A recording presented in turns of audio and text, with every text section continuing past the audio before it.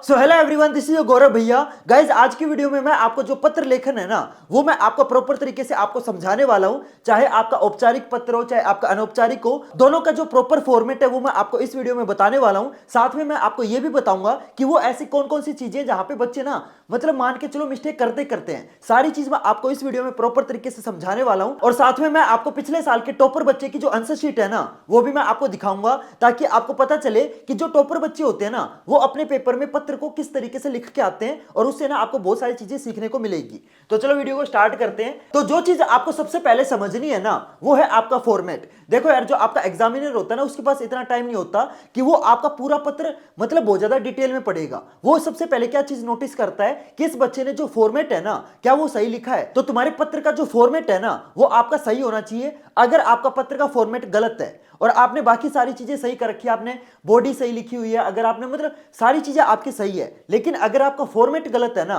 तो वो जो आपका एग्जामिनर है वो आपके पत्र पे डायरेक्ट क्रॉस लगा देगा। समझ रहे हो मेरी बात? तो सबसे पहली जो सबसे इंपॉर्टेंट चीज है, दैट इज योर फॉर्मेट। अब बात आती है कि भैया हमें इतना बड़ा जो लंबा चौड़ा फॉर्मेट होता है, इसको याद कैसे करेंगे? तो उसका ट्रिक है, students don't really study science because confusion never ends. ये जो ट्रिक है ना, ये मैंने आपको इंग्लिश वाली वीडियो में भी बताया था। अगर आप इस पूरे सेंटेंस को याद कर लेते हो ना, सिर्फ इस सेंटेंस को याद करने से जो पूरा फॉर्मेट का जो सीक्वेंस है वो आपको अच्छे से याद हो जाएगी। देखो, स्टूडेंट्स का जो एस है, इसका मतलब होता है सेंडर्स एड्रेस। तो आपको सबसे पहले जो सेंडर का एड्रेस है ना, वो आपको लिखना है। कई बार क्या होता है कि पेपर के अंदर आपको जो एड्रेस है वो ऑलरेडी गिवन होगा, लेकिन अगर आपको एड्रेस गिवन नहीं है तो उस केस में आप क्या यूज करोगे? परीक्षा भवन, कै ख गए विद्यालय, ए बैसे नगर। देखो, अगर आपको एड्रेस गिवन है तो ऑब्वियस सी बात है आप पेपर वाला एड्रेस लिखोगे, लेकिन अगर आपको एड्रेस गिवन नहीं है ना, तो ये जो ब्लू बॉक्स में मैंने जो चीज लिखी है, तुम्हें एज इट इज पेपर के अंदर यही सेम चीज लिख के आनी है। Clear everyone? सेंडर एड्रेस के बाद आता है डोंट। डोंट का मतलब, डी का मतलब होता है डेट। तो आपको डेट लिखनी है। डेट, बहुत सारे बच्चे कंफ्यूज होते हैं कि भैया डेट कैसे लिखें। क्या हम डेट पेपर के अंदर, मान लो जैसे आपका 25 मार्च यानी कि 03/25, क्या पेपर में भैया हम इस तरीके से डेट लिख के आ सकते हैं? बिल्कुल लिख के आ सकते हो। डेट में ऐसा कुछ जरूरी नहीं है कि आपको 1 अप्रैल, अप्रैल हिंदी में लिखना है 2025, ऐसा कोई जरूरी नहीं है कि डेट आप इसी तरीके से लिखोगे। अगर आप डेट इस तरीके से लिख के आओगे ना, तो भी आपको नंबर मिलेंगे। तो डेट का कुछ ऐसा ना प्रॉपर कोई स्पेसिफिकेशन नहीं है, ठीक है। सेंडर एड्रेस के बाद आपको ना बीच में, यहां पे आपको बीच में ना एक लाइन का गैप छोड़ना है। Clear everyone? सेंडर एड्रेस लिखोगे, उसके बाद आपको एक लाइन का गैप छोड़ना है, फिर आप डेट लिखोगे।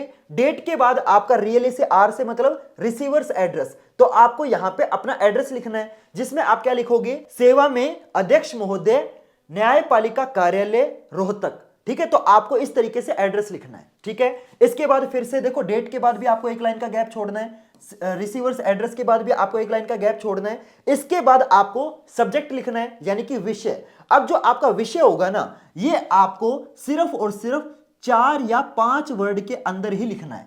Clear everyone? मैं देखता हूं बहुत सारे बच्चे क्या करते हैं, जो विषय होता है ना, वो इतना लंबा लाइन लिख के आ जाएंगे। तुम्हें विषय के अंदर जो भी आप सब्जेक्ट चूज करोगे, जो भी आप टॉपिक चूज करोगे ना लेटर का, वो आपको क्या करना है? मैक्सिमम 4 या 5 वर्ड के अंदर वो आपका आ जाना चाहिए। Clear everyone? फिर सब्जेक्ट के बाद आपको फिर से एक लाइन का गैप छोड़ना है। फिर आएगा आपका सैल्यूटेशन। सैल्यूटेशन में आप क्या यूज करोगे? महोदय यूज करोगे। फिर आपकी जो बॉडी है ना, उसके बाद आपकी जो बॉडी है वो आपका स्टार्ट होगी। जो आप बॉडी लिख के आओगे, वो आपको पेपर में 3 पैराग्राफ में लिखनी है। मैं देखता हूं बहुत सारे बच्चे ना बॉडी को एक ही पैराग्राफ में लिख देते हैं। ऐसा नहीं करना। तुम जो बॉडी वाला पार्ट लिखोगे, जो आपका मेन कंटेंट होता है ना, वो आप 3 पार्ट्स में डिवाइड करोगे। पहले पैराग्राफ में आप इंट्रो लिखोगे, ठीक है। पहले पैराग्राफ में आपको इंट्रो लिखना है, इसके बाद आपको डिटेल लिखनी है, और तीसरे पैराग्राफ के अंदर आपको कंक्लूजन लिखना है। और जो आपका कंक्लूजन होगा ना, ये आपका सिर्फ 2 या 3 लाइन के अंदर आपका आ जाना चाहिए। Clear everyone? पहले इंट्रो लिखना है, फिर डिटेल लिखनी है, फिर आपको कंक्लूजन लिखना है। इसके बाद आएगा आपका कॉम्प्लीमेंट्री क्लोज, जिसके अंदर आप धन्यवाद भवदीय ये यूज करोगे। फिर लास्ट में आपको अपना नाम लिखना है, नाम में लिख दोगे गौरव।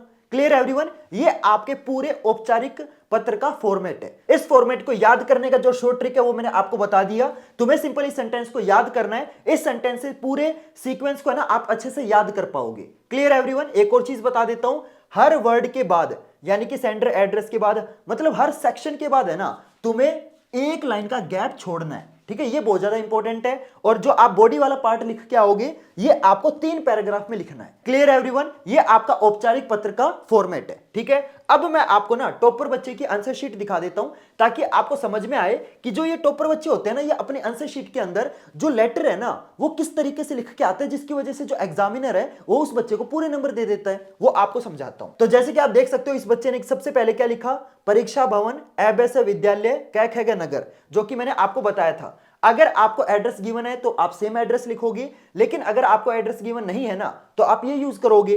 तो इस बच्चे ने जो एड्रेस है वो अपने हिसाब से बना के लिखा, क्योंकि क्वेश्चन में एड्रेस गिवन नहीं था। परीक्षा भवन एबस विद्यालय कैखेगा नगर। मैं इसको थोड़ा जूम कर देता हूं। फिर इसके बाद देखो, इस बच्चे ने एक लाइन का गैप छोड़ा, दिनांक, और देखो इसने जो डेट है ना वो 21 स्लैश लगा के इसने डेट लिखी है।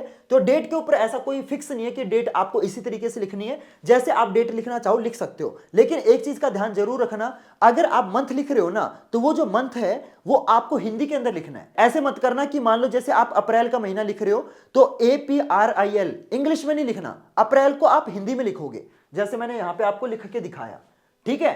तो डेट कैसे भी लिखो लेकिन आपको हिंदी के अंदर लिखनी है। Clear everyone? चलो, इसके बाद देखो डेट के बाद फिर से एक लाइन का गैप। फिर देखो इस बच्चे ने क्या लिखा, सेवा में नगर निगम अधिकारी कैख है गए नगर निगम कैख है गए नगर, ठीक है। तो यहां पे जो रिसीवर्स एड्रेस है वो भी क्वेश्चन में गिवन नहीं था, तो इस बच्चे ने ऐसे लिखा। इसके बाद विषय, अब देखो इस बच्चे ने जो सब्जेक्ट लिखा है यानी कि विषय लिखा है वो सिर्फ 4 वर्ड का है, कूड़े संबंधी समस्या हेतु, यानी कि जो विषय है वो सिर्फ और सिर्फ आपको 4 या 5 वर्ड के अंदर खत्म कर देना है, ठीक है। मैं देखता हूं बहुत सारे बच्चे ना जो विषय है ना वो पूरा लंबा लिख देते हैं, इतना लंबा लिखने की कोई जरूरत नहीं है। इसके बाद देखो इस बच्चे ने क्या लिखा, महोदय, फिर कोमा लगाया, और यहां से आपका जो बॉडी वाला पार्ट है वो आपका स्टार्ट हो गया।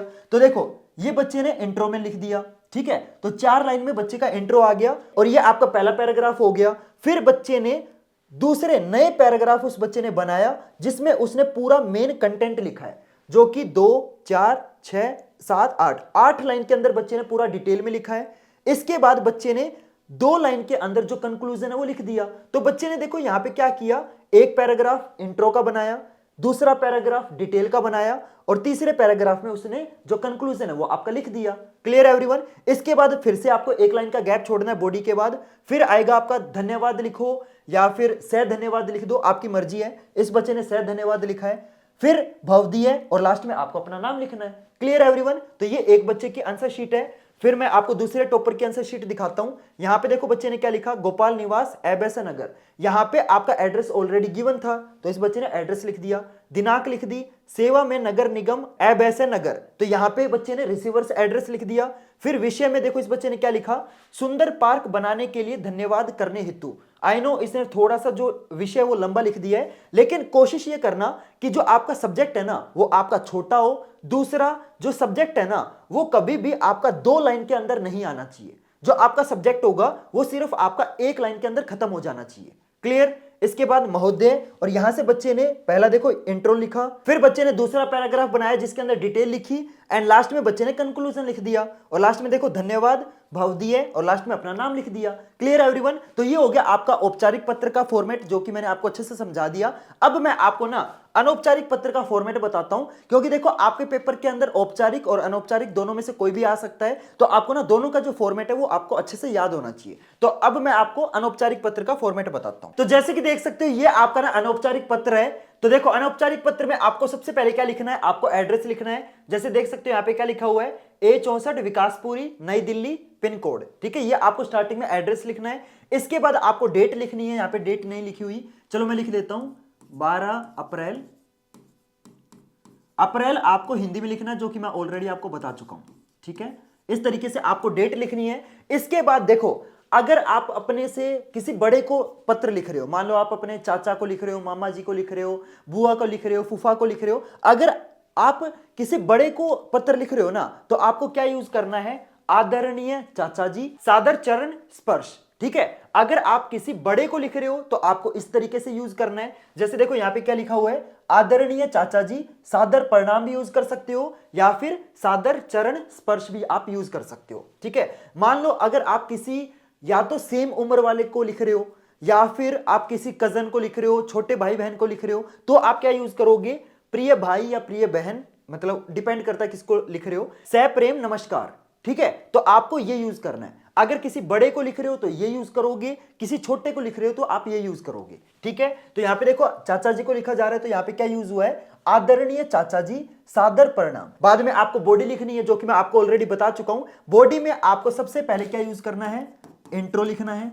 ठीक है, इंट्रो आपका कितनी लाइन में होना चाहिए, इंट्रो आपका 3 से 4 लाइन में आ जाना चाहिए। ठीक है, इसके बाद आप डिटेल वाली चीज, मतलब दूसरा पैराग्राफ यूज करोगे जिसमें आप डिटेल लिखोगे।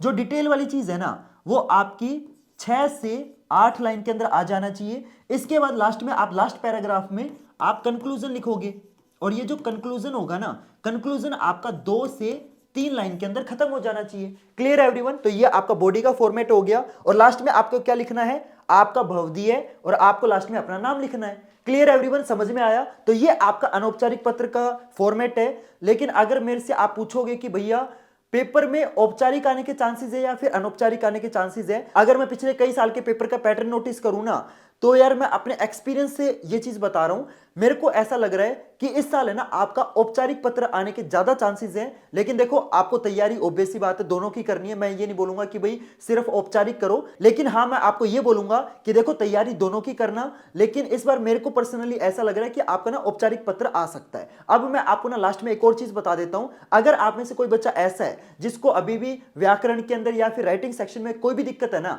तो आपको टेंशन लेने की कोई जरूरत नहीं है, क्योंकि मैंने ऑलरेडी अपने इस चैनल के ऊपर मैंने आपकी ना पूरी जो व्याकरण है वो ऑलरेडी अपलोड कर दी है। चाहे आपका अलंकार हो, चाहे आपका वाच्य हो, चाहे आपका रचना के आधार पे वाक्य भेद हो, चाहे आपका पद परिचय हो, पूरा राइटिंग सेक्शन, पूरी व्याकरण ऑलरेडी मैंने अपने चैनल पे अपलोड कर दी है। तो आप में से किसी भी बच्चे को मतलब कहीं पे भी दिक्कत है ना हिंदी के अंदर, तो आप चैनल पे जाके देख सकते हो। और मैं आपको एक और चीज बता देता हूं, प्लीज हमारा ना क्लास 11th एंड 12th वाला चैनल भी सब्सक्राइब कर लेना, ताकि हम रहे 10th के साथ भी और 10th के बाद भी, ताकि जैसे मैं अभी आपकी 10th में हेल्प कर रहा हूं ना, उसी तरीके से मैं आपकी हेल्प 11th और 12th में भी करूंगा। तो हमारे क्लास 11th और 12th वाले चैनल को सब्सक्राइब कर लेना। और देखो यार, इस वीडियो को बनाने में लिटरली मेरी बहुत ज्यादा मेहनत लग रही है।